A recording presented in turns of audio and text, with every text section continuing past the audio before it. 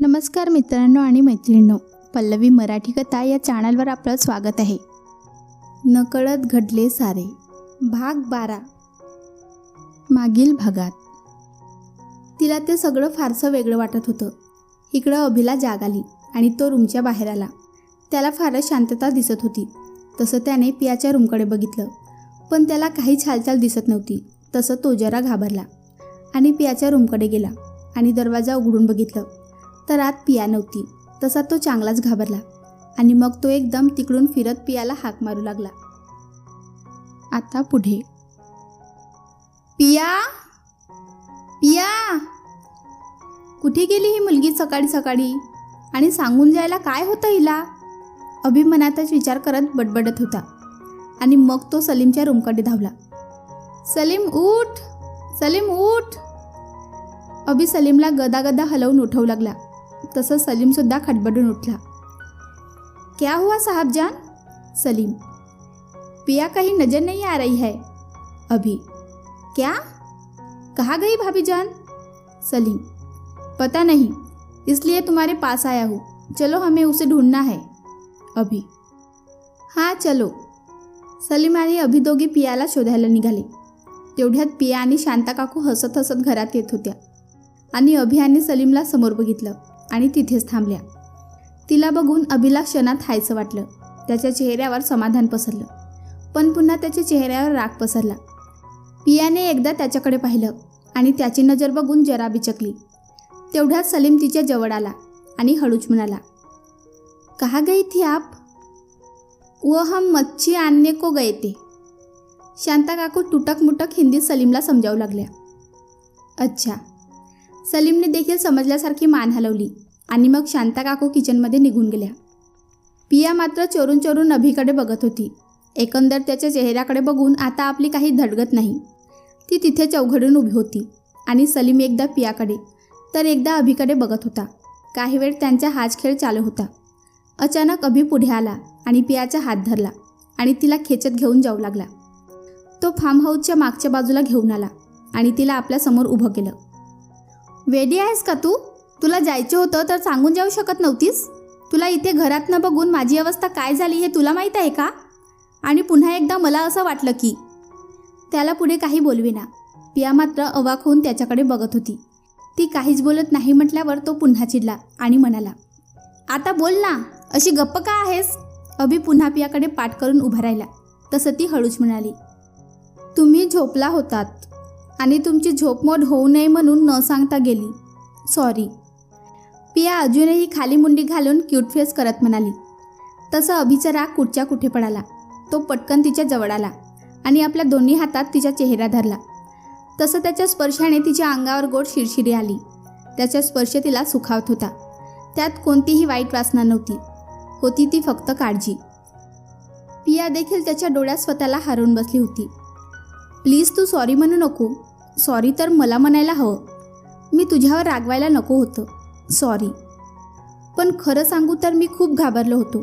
नवीन शहर, नवीन माणसं, या सगळ्यात. आता पुन्हा ती अवाक होऊन पाहत होती. तिला असं पाहताना पाहून तो म्हणाला, असं काय पाहतेस?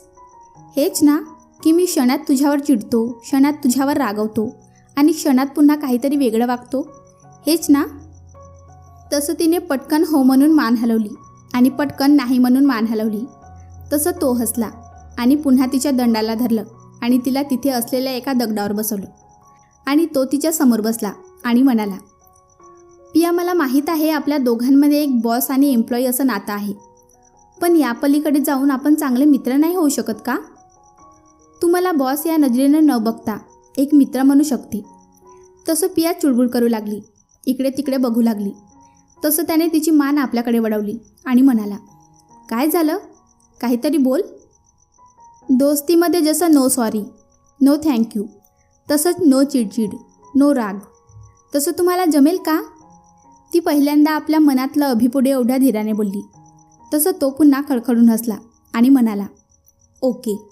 आजपासून मी कधीच रागवणार नाही, कधी तुझ्या पुढे चिडचिड करणार नाही.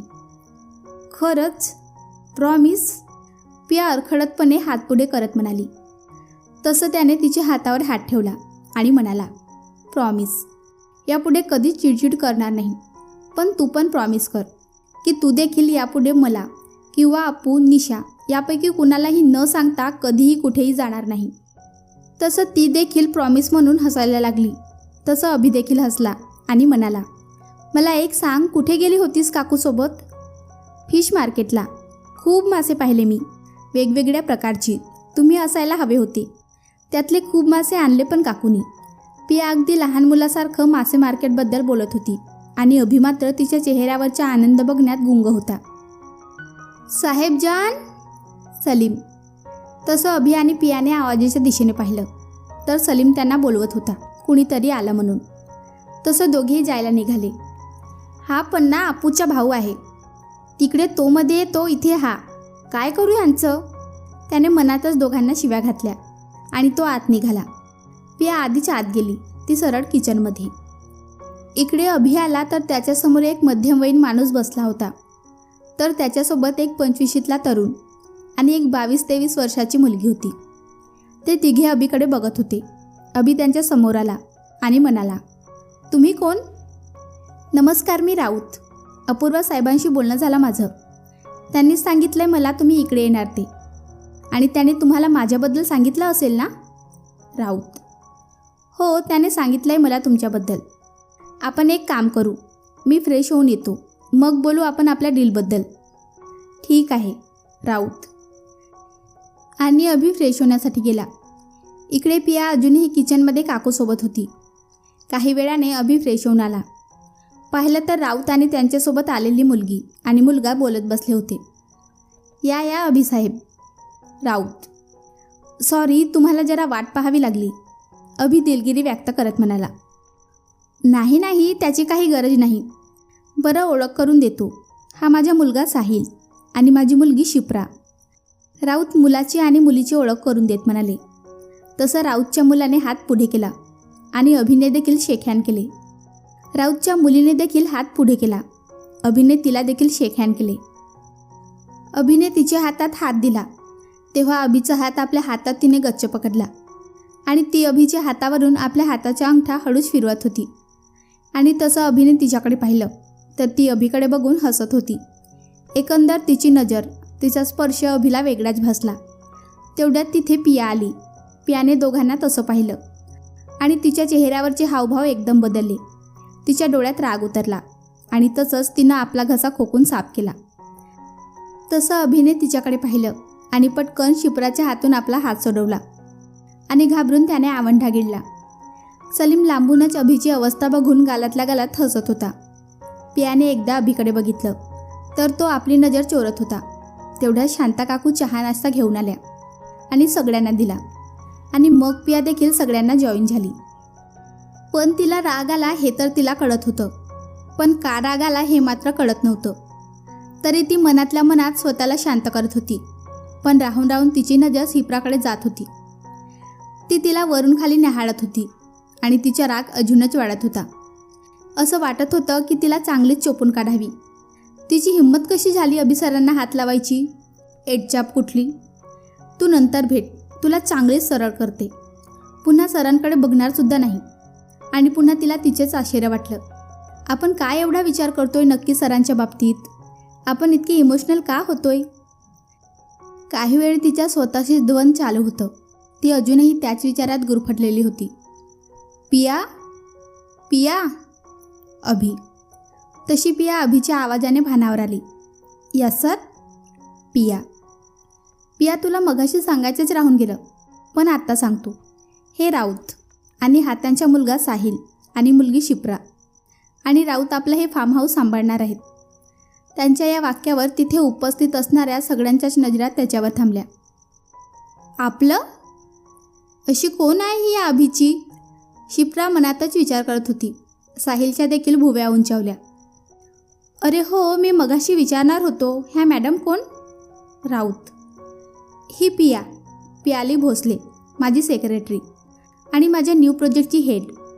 अभि पियाबद्दल भरभरून बोलत होता आणि इकडे शिप्रा आणि साहिल एकमेकांकडे बघून काहीतरी इशारा करत होते. पिया मात्र अभिकडे बघून मंद मंद हसत होती. त्याला तिच्याविषयी असं बोलताना बघून खरंच आपल्याला एक चांगला मित्र मिळाला असे वाटत होतं. ती खूप खुश होती. त्यानंतर साहिल आणि शिप्रा बाहेर निघून गेले आणि राऊत, अभि आणि पिया खूप वेळ फार्म हाऊसच्या गोष्टीबाबत डिस्कशन करत होते. खूप वेळ त्यांचे हे काम चालू होतं. त्यानंतर राऊत निघाले, पण जाताना शिप्रा आणि साहिलला तिथेच ठेवून गेले, कारण साहिल अभि आणि पियाला देवगड दाखवणार होता. तो तिथला जाणकार असल्याने अभिने देखील होकार दिला आणि पियाला सोबत म्हणून शिप्रा देखील थांबली. काही वेळात ही गोष्ट सलीमकडून पिया आणि शांता काकूंना समजली आणि शांता काकूंच्या चेहऱ्यावर नाराजगी पसरली. आणि ही गोष्ट पियाच्या नजरेतून सुटली नाही. काकू किचनमध्ये काम करत होत्या. पिया देखील तिथे गेली. काकू काय करताय? पिया: मासे तळते. काकूंनी हसत उत्तर दिलं. मला पण शिकवा ना. शिकवते असं म्हणत काकूंनी पियाच्या हातात चमचा दिला आणि तिला कसं करायचं सांगत होत्या. या काही वेळातच तिची आणि काकूंची चांगली गट्टी जमली होती आणि याच गोष्टीचा फायदा घेऊन तिने काकूंना शिप्राबद्दल विचारायचं ठरवलं. मग काकू एक विचारू का? पिया शब्दांची जुळवाजुळव करत म्हणाली. हो विचारा. काकू: ही शिप्रा काय चीज आहे? पिया: टवडी.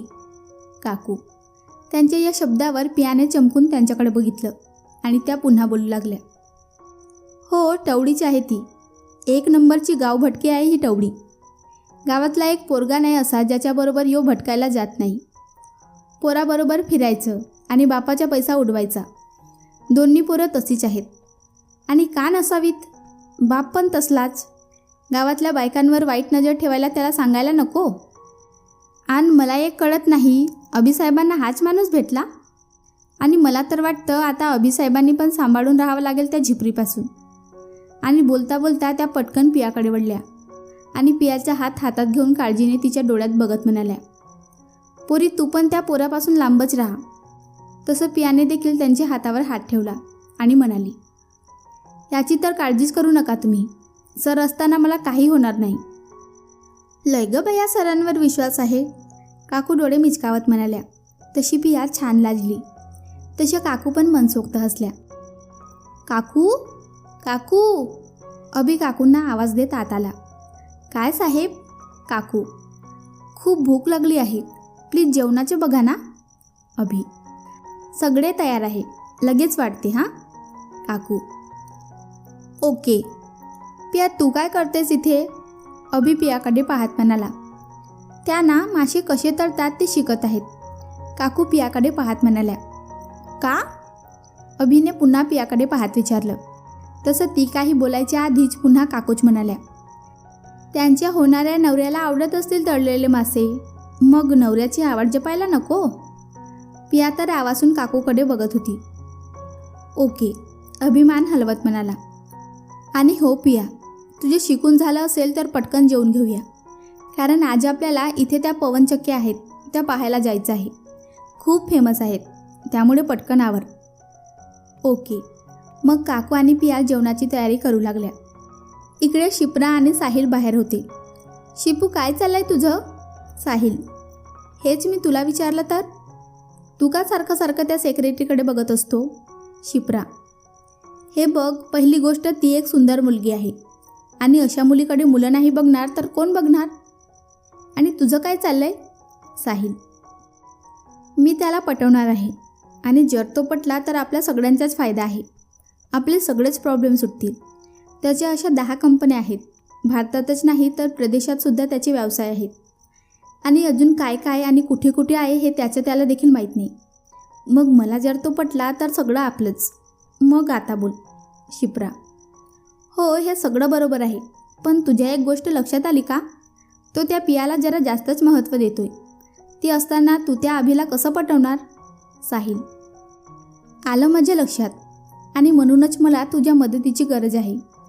तुला तशी ती आवडली आहे ना? मग तू तेच कर. तिला स्वतःमध्ये गुंतवून ठेव, म्हणजे मला माझं काम हलकं होईल. शिप्रा: डन. मग लागूया आपापल्या कामाला. साहिल: आणि हो, शिप्रा बेबी. शांता काकू. शिप्रा काही बोलणार त्याआधी शांता काकूने तिला आवाज दिला. ही म्हातारी कशाला बोलवते? शिप्रा तोंड वाकडं करत म्हणाली. काय झालं, कशाला बोलवत आहात? साहिल: ते जेवायला येतंय ना. शांता काकू: हो आलोच. साहिल. काही वेळात सगळेजण जेवायला आले. पियाला काकूंनी अभिच्या बाजूला बस म्हणून खुणावलं. तसं ती देखील आज्ञाधारक बालकाप्रमाणे तिथे बसली.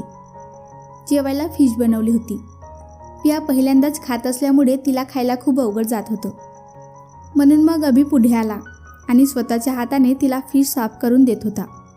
ती देखील आवडीने खात होती आणि त्या दोघांना बघून शिप्रा आणि साहिल मात्र मनातल्या मनात चांगलेच चरफडत होते.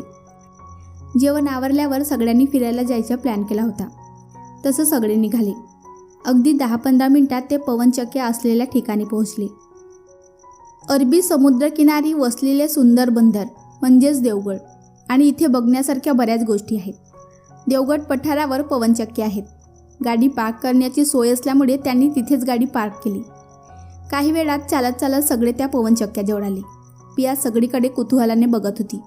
तिथून समुद्रकिनारा दिसत असे आणि तिथूनच खाली समुद्राकडे जाण्यासाठी पायऱ्या होत्या. आणि मग पिया, अभि, शिप्रा आणि साहिल आणि सलीम खाली उतरत होते. पिया छान इकडे तिकडे बघत फोटो काढत होती आणि अचानक तिच्या पायरीकडे लक्ष नसल्याने तिचा पाय घसरला आणि पडणार तर अभिने तिला सावरलं. पिया, लक्ष कुठे आहे तुझं? आता पडली असतीस तर? अभि काळजीने बोलत होता. सॉरी, ते फोटो काढत होते म्हणून लक्ष नव्हते. पिया. बरं चल, पण सावकाश. अभिने तिच्या डोक्यावर हात ठेवला आणि हसला आणि मग तिचा हात हातात घेतला आणि मग हळूहळू दोघे पायऱ्या उतरू लागले. आणि मग समुद्रकिनारी आल्यावर सगळेजण काही वेळ तिथेच बसले आणि मग रिलॅक्स करू लागले. पण पिया मात्र इकडून तिकडून फिरत होती, सगळ्यांचे फोटो काढत होती. अभि तिच्याकडे बघून आनंदाने हसत होता. तर त्याला हसताना पाहून सलीमच्या चेहऱ्यावर एक वेगळं समाधान होतं. पण शिप्रा आणि साहिलच्या मनात मात्र काहीतरी वेगळीच खिचडी शिजत होती. खूप वेळ सगळेजण तिथेच बसून होते. समुद्र लाटा, घुंगावणारा वारा याचा आनंद घेत होते. अंधार पडल्यावर सगळेजण फार्म हाऊसवर परतले. तिथे आल्यावर देखील पिया किचनमध्ये जाऊन शांता काकूंना मदत करत होती. फार उत्साह दांडगा या पियाबाईचा. सगळं आवरून छान गप्पा मारून उशिरा सगळे झोपायला गेले. एकंदर काय तर देवगडमधला पहिला दिवस खूप छान गेला होता. पिया आणि अभि सकाळी लवकरच उठले. Good morning sir. पिया. गुड मॉर्निंग पिया. अभि. मग आजचा काय प्लॅन? पियाने उत्साहानं विचारलं.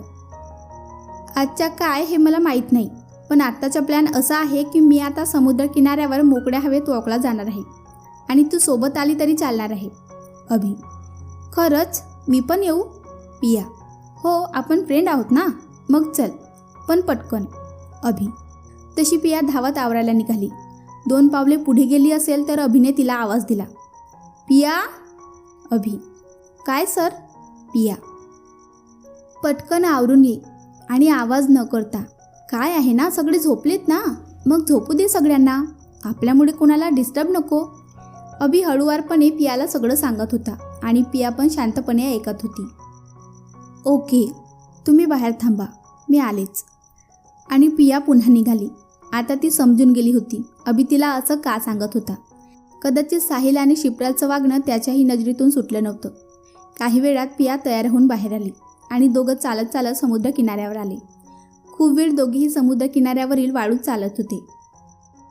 शब्दांची साथ ना होती, भावनांची आरास मांडली. एकांताच्या गर्दीमध्ये प्रेम ही आपले दाटून येते. दोघांची अवस्था काहीशी या 4 ओळीमध्ये मांडण्याचा प्रयत्न केला आहे. सकाळच्या गारव्यात आता त्यांना छान वाटत होतं आणि आता चालून चालून पण थकले होते. पिया. अभि. काय सर? पिया. काही वेळ बसूया का? अभि. हो चालेल. आणि पिया आणि अभि तिथेच वाळूत पाय टाकून बसले आणि दोघं अजूनही शांतच बसले होते. मग अभिने बोलायला सुरुवात केली.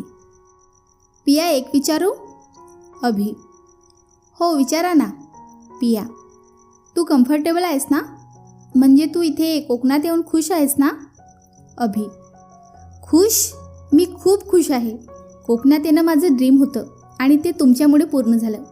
त्यामुळे थँक्यू सो मच सर. पिया खुश होऊन म्हणत होती. तुला कोकण एवढं आवडते आणि का? अभि.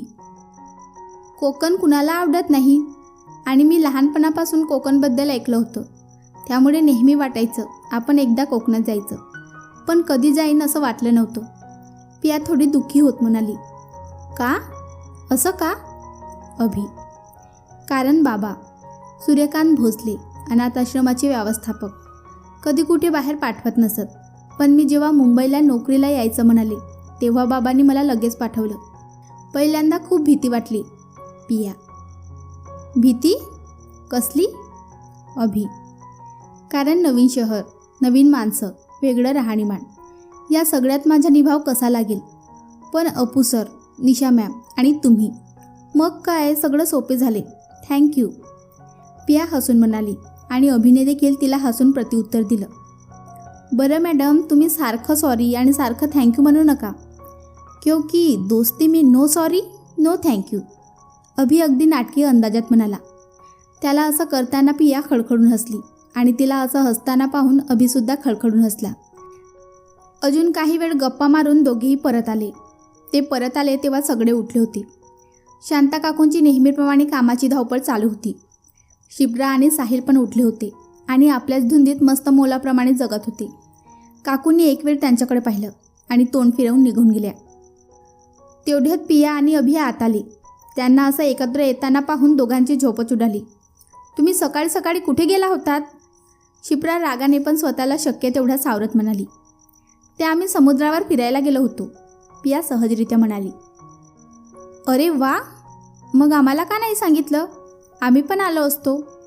साहिल एकदा अभिकडे एकदा पियाकडे पाहत होता, तर मध्येच डोळ्याने शिप्राला शांत राहायला सांगत होता. ते तुम्ही दोघं शांत झोपला होता म्हणूनच तुम्हाला उठवलं नाही. उगाचच तुम्हाला डिस्टर्ब नको, अभि वेळ मारण्यासाठी म्हणाला. ओके, काही हरकत नाही. आता आपण देवगड किल्ला पाहायला जाऊ. साहिल: देवगड किल्ला? तो कुठे आहे? पिया: काल आपण गेलो होतो ना पवनचक्की पाहायला, त्याच्या अगदी विरुद्ध दिशेला. साहिल माहिती पुरवत म्हणाला.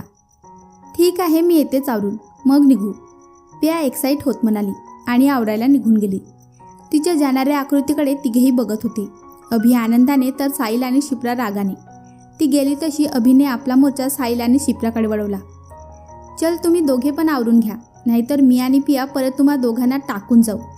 अभि जाणून बुजून टाकून जाऊ या शब्दावर जोर देत म्हणाला आणि निघून गेला. तो गेला तसं शिप्रा लगेच साहिल जवळ आली आणि म्हणाली. बघ, ही दोघं जाणून बुजून आपल्याला न सांगता निघून गेले होते. नक्की काहीतरी चालू आहे त्यांच्यात. हो आहे, हे मला पण दिसतंय, पण आताच काही बोलून उपयोग नाही. आणि तू रागाच्या भरात काही करू नकोस आणि काही बोलू नकोस. उगाचच तू बोलायची आणि सगळा खेळ तिथेच संपायचा. आता जे काही करायचं ते दोघे मिळून करू आणि विचारपूर्वक करू, साहिल समजावणीच्या सुरात म्हणाला आणि तोही आवरायला गेला. तू काय करणार आहेस मला माहीत नाही, पण मला काय करायचं आहे हे मला चांगलंच माहीत आहे आणि मी ते करणारच. साहिल गेला तसं शिप्रा स्वतःशीच बडबडत होती आणि या विचारानेच तिच्या चेहऱ्यावर एक विजयी हास्य आलं. बाई, आता ही शिप्रा खाते माती. काही वेळाने सगळे तयार होऊन निघाले आणि काही वेळात ती देवगड किल्ल्यावर पोहोचले. गाडी पार्क करण्यासाठी जागा असल्यामुळे त्यांनी गाडी पार्क केली आणि मग आधी किल्ल्याच्या बाहेरच्या बाजूने समुद्र पाहायला गेले. काही वेळ तिथेच बसून अथांग समुद्र पाहत होते. मग किल्ल्याच्या आत प्रवेश केला. किल्ल्याचे मुख्यद्वार पाहून पिया फार खुश झाली. अजून थोडं पुढे गेल्यावर हनुमानाचे छोटंसं मंदिर होतं. तिथे दर्शन घेऊन सगळे पुढे गेले. मग तिथून लाईट हाऊस पाहायला गेले. लाईट हाऊसच्या आत काही पायऱ्या होत्या. पायऱ्या चढताना साहिल जाणून बुजून पियाच्या मागे आला आणि अभिला शिप्राजवळ सोडलं. तर अभिच्या ही गोष्ट पटकन लक्षात आली. तसं त्याने पटकन पियाला आपल्या जवळ बोलावलं. पिया, इकडे ये. अभि: काय सर? पिया: अगं थांब, मला तुला काही विचारायचे आहे. अभि: काय सर? पियाने त्याच्याकडे बघून विचारलं. तसं त्याने एकदा साहिलकडे आणि मग पियाकडे पाहिलं आणि म्हणाला. सॉरी, विसरलो, आठवलं की विचारेन. चल, लाईट हाऊस बघायचं ना. आणि गालात हसत पुढे निघून गेला. तो गेला तसं पियाने आश्चर्याने त्याच्याकडे बघितलं आणि स्वतःशीच बोलू लागली. काय झालं यांना? आज अशी विचित्रासारखे का वागत आहेत? सगळं ठीक आहे ना? आणि तिने मग पुन्हा अभिकडे बघितलं. तर अभिने त्याचवेळी मागे वळून तिच्याकडे बघितलं. तर तो तिच्याकडे बघून हसत होता आणि मग त्याने इशाऱ्यानेच चल असं म्हणाला. तशी पिया देखील लाईट हाऊसच्या दिशेने निघाली. पुढे जाऊन पाहिलं तर तो लाईट हाऊसमधील सीडीवर तिची वाट पाहत होता. तिने पुढे पाऊल टाकलं तर त्याने पटकन तिच्या पुढे आपला हात केला. तसं तिने त्याच्या हातात हात दिला आणि हसतच वरती आली आणि वरती एकमेकांच्या शेजारी उभे राहिले. दोघेही डोळे बंद करून तेथील अथांग समुद्र, मोकाट वाहणारा वारा आणि एकमेकांची सोबत अनुभवत होते. दोघांच्या डोळ्यात प्रेमाची आस, एकमेकांवरील प्रेम, ओढ स्पष्ट दिसत होती. फक्त त्यांच्या प्रेमाला अजून शब्दांची साथ नव्हती आणि काही दिवसात ती देखील मिळणार होती, कारण अभि त्यासाठी तिथे पियाला सोबत घेऊन आला होता. पण इकडे साहिल घुसपुसत होता, कारण त्याचा प्लॅन फुकट गेला होता. काही वेळ लाईट हाऊस पाहिल्यावर खाली आले आणि किल्ल्यावरच इथे तिथे फिरायचं ठरवलं. अचानक अभिचा फोन वाजला. त्याने पाहिलं तर अपूचा कॉल आला होता. त्याने पियाला सांगितलं आणि जरा बाजूला जाऊन अपूशी बोलायला गेला. पण जाता जाता सलीमला पियासोबत राहायला सांगायला तो विसरला नाही. मग सलीम देखील पळत्या फळाची आज्ञा समजून पियाबरोबर येऊन चालू लागला आणि मग गप्पा मारत मारत किल्ल्यावर फिरू लागले. इकडे अभि आणि अपूचा कॉल चालू होता. हॅलो, बोल अपू. अभि, साल्या तिकडे काय गेलास, मित्राला विसरलास ना? अपू, तू कुणाला विसरू देणार का? जिकडे जाईन तिकडे तुझ्यासारखे 56 भेटतात मला, त्यामुळे पावला पावलावर तुझी आठवण येते. अभि, म्हणजे? अपूने न समजून विचारलं. तू कसं माझ्या आयुष्यातील कबाबमधील हड्डी बनतो, तसेच बरेच जण आहेत. जेव्हा जेव्हा मला पियाशी बोलायचं असतं तेव्हा कोणी ना कोणी मध्येच टपकतं, आणि आता इथे तर तुझ्यासारखे 3 जण आहेत. अभि, 3? कोण 3? अपू, आपला सलीम, मी शिप्रा आणि साहिल. अभि, साहिल आणि शिप्रा कोण आहेत हे? अपू, म्हणजे तुला माहीत नाही? अरे मिस्टर राऊत यांची मुलं आहेत, आमच्याबरोबर फार्म हाऊसवरच राहत आहेत. तुला राऊत काही बोलले नाहीत का? अभि, नाही. अरे पण ते तुमच्यासोबत का राहत आहेत? अपू, आम्हाला सोबत म्हणून. अभि, आणि तू काहीच बोलला नाहीस? आणि पिया? अपू, नाही ना. अरे त्यांनी स्वतःहून विचारलं, मग नाही कसं बोलणार? पण तुला माहीत आहे, त्यांची मुलगी शिप्रा 1 नंबरची चालू मुलगी आहे. सतत आसपास घुटमळत असते आणि त्यांचा तो मुलगा सतत पियाच्या जवळ जाण्याचा प्रयत्न करतो. आणि मी इथे आल्यापासून राऊतबद्दल देखील चांगलं ऐकलं नाही. त्यांची इमेज देखील गावकऱ्यांच्या नजरेत फारशी चांगली नाही. अभि, काय सांगतोस काय? मला खरंच तो माणूस असं वाटलं नव्हतं. अपू, जाऊ दे, पण व्यवहारी वाटला मला, म्हणून मी अजून गप्प आहे. अभि, बाकी पियाशी काही बोलणं झालं तुझं? नाही म्हणजे तू तिला प्रपोज? अपू अजून पुढे काही बोलणार त्याआधीच अभि म्हणाला, अबे तू काय हुकेला आहेस का? मगापासून मी एवढं रामायण तुला सांगतोय तरी तू विचारतोस की रामाची सीता कोण? काय काय?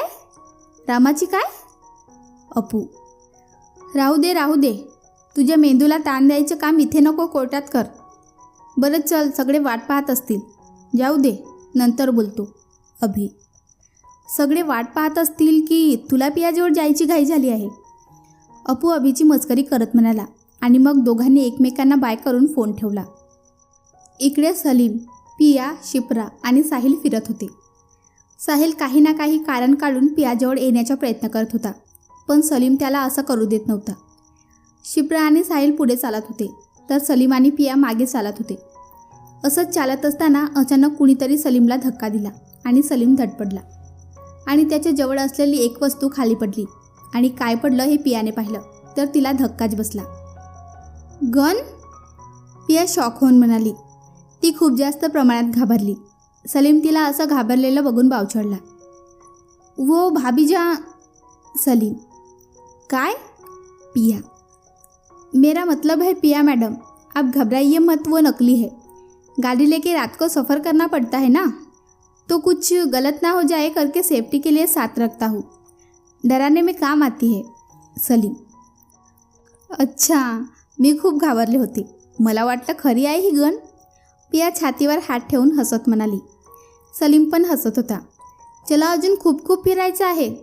पिया असं म्हणून पुढे गेली आणि सलीमने सुटकेचा श्वास घेतला. तो अजूनही छातीवर हात ठेवून मोठ्याने श्वास घेत होता. तेवढ्यात तिथे अभि आला आणि त्याने सलीमच्या खांद्यावर हात ठेवला. तसं सलीम एकदम दचकला आणि त्याला असं दचकलेलं पाहून अभिने काळजीने विचारलं, सलीम काय झालं, तू असा का घाबरला आहेस?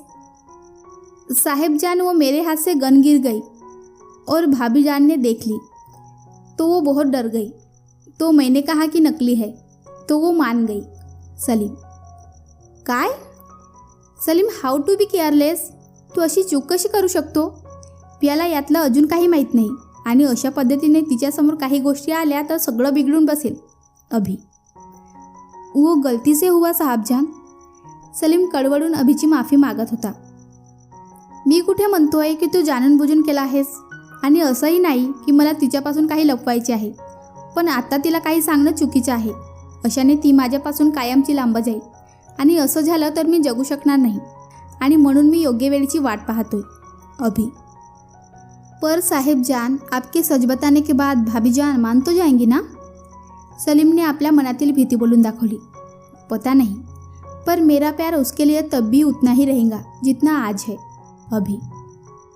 Sir sir. पिया अभिला आवाज देत होती. तसा अभि भानावर आला आणि सलीमकडे बघून हसून म्हणाला, चलो वरना तुम्हारी भाभी जान उसी गन से कहीं हमें शूट ना करते. तसं सलीम देखील हसला आणि दोघे पिया होती तिथे गेले. सर, आपण सकाळपासून फिरतोय, चला ना आता काहीतरी खायला, खूप भूक लागली आहे.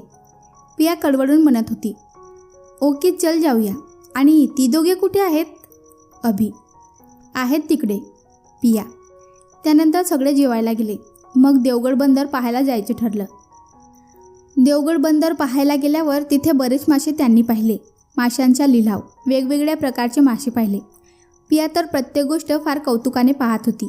पियाला असं पाहून अभिला फार आनंद होत होता, आणि मग त्याने तिची मजा घ्यायचं ठरवलं. आणि मग हळूच तो तिच्या जवळ गेला आणि तिच्या कानाशी म्हणाला, पिया. अभि. पिया. काय पाहत आहेस? अभि. मासे. पिया. फक्त पाहणार आहेस का? अभि. म्हणजे? पियाने न समजून विचारलं. म्हणजे. आणि मग अभिने पियाला आपल्या जवळ ओढले आणि तिची पाठ आपल्या छातीला टेकवून उभी केली आणि तिचा एक हात घट्ट पकडून तिच्या पोटावर ठेवला. अभिच्या अशा वागण्याने पिया अगदी भारावून गेली. अभिचा स्पर्श तिला वेड लावत होता. तिच्या पोटात असंख्य फुलपाखरू उडत होते. त्याची गाल तिच्या गालावर घासले जात होते आणि ती फक्त त्याची स्वर्ग सुखमिटी अनुभवत होती. आणि अचानक तिच्या हाताला काहीतरी ओलं ओलं जाणवलं आणि तिने पाहिलं तर तिच्या हातात मासा ठेवला होता आणि अभिने तिचा हात माशासकट घट्ट पकडला होता. तिला गिळगिळीत लागत होतं. तसं तिने ओरडायला सुरुवात केली. सर, माझा हात सोडा, तो मासा माझ्या हातात आहे आणि मला कसंच तरी होत आहे, प्लीज सोडा सर. ती लहान मुलासारखी ओरडत होती आणि अभि आणि सलीम हसत होते. शिप्रा आणि साहिल विचित्र नजरेने त्यांच्याकडे पाहत होते. खूप वेळ झाला तरी अभिने पियाला सोडलं नव्हतं आणि सलीम अभिच्या सांगण्यावरून पियाच्या हातात वेगवेगळ्या प्रकारचे मासे ठेवत होता. आणि मग दोघे मोठ्याने हसून पियाची मजा घेत होते आणि आजूबाजूला असणारे लोक देखील त्यांच्याकडे पाहत होते. आता पियाला रडू यायला लागलं होतं. सर, प्लीज सोडा ना. तिच्या रडका स्वर अभिच्या कानावर पडला. तसं अभिने पटकन तिला आपल्या भारदस्त मिठीतून मोकळं केलं. तसं तिने रागाने सलीम आणि अभिकडे पाहिलं. दोघांनी पण आपल्या नजरा दुसरीकडे वळवल्या. तसं तिने पटकन एका टोपलीत असलेले छोटे मासे उचलले आणि अभिच्या अंगावर फेकले आणि मग सलीमच्या अंगावर फेकले. पियाशी, नको अंगावर मासे फेकू. अभि. का?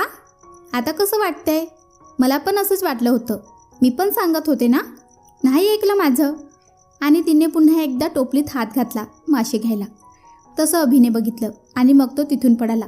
सलीम पण पडू लागला आणि मग पूर्ण बंदरावर अभि, पिया आणि सलीमची मस्ती चालू होती. अभि आणि सलीम पुढे तर पिया छोटे छोटे मासे हातात घेऊन त्यांच्या मागे पडत होती.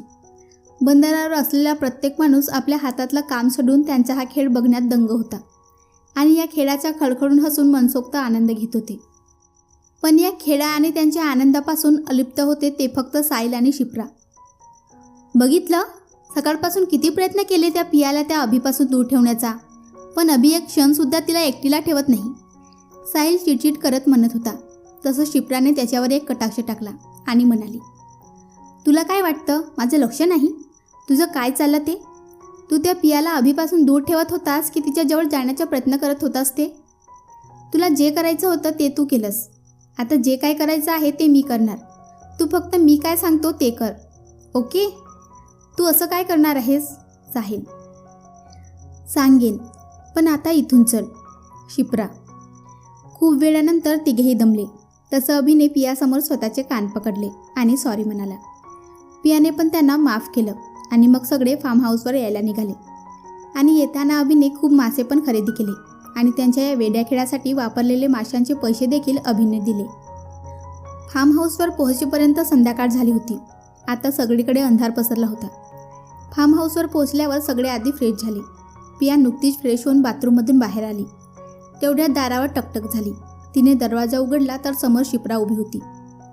शिप्रा, तू? काही हवं होतं का?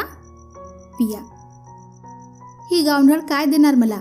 या आविर्भावात शिप्राने पियाकडे पाहिलं आणि पटकन नॉर्मल होत हसली आणि म्हणाली, अगं काही नाही, मला ना एकटीला भीती वाटते. म्हणजे ही नवीन जागा आहे ना. काल झोपली मी एकटी, पण आज खूपच भीती वाटते. तर मी तुझ्यासोबत तुझी रूम शेअर करू शकते का? काही क्षण पियाचा गोंधळ झाला. काय उत्तर द्यावे समजेना. तरी ती स्वतःला सावरत म्हणाली, हो चालेल ना, ये आत ये. आणि मग शिप्रा आत आली आणि मग विजयी हास्य तिच्या चेहऱ्यावर तरळलं.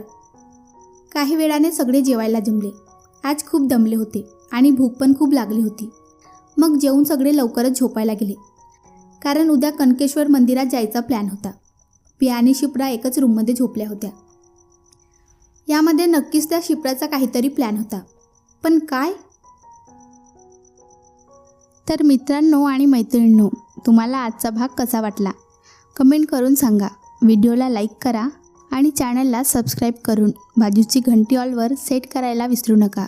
भेटूया पुढच्या भागात. धन्यवाद.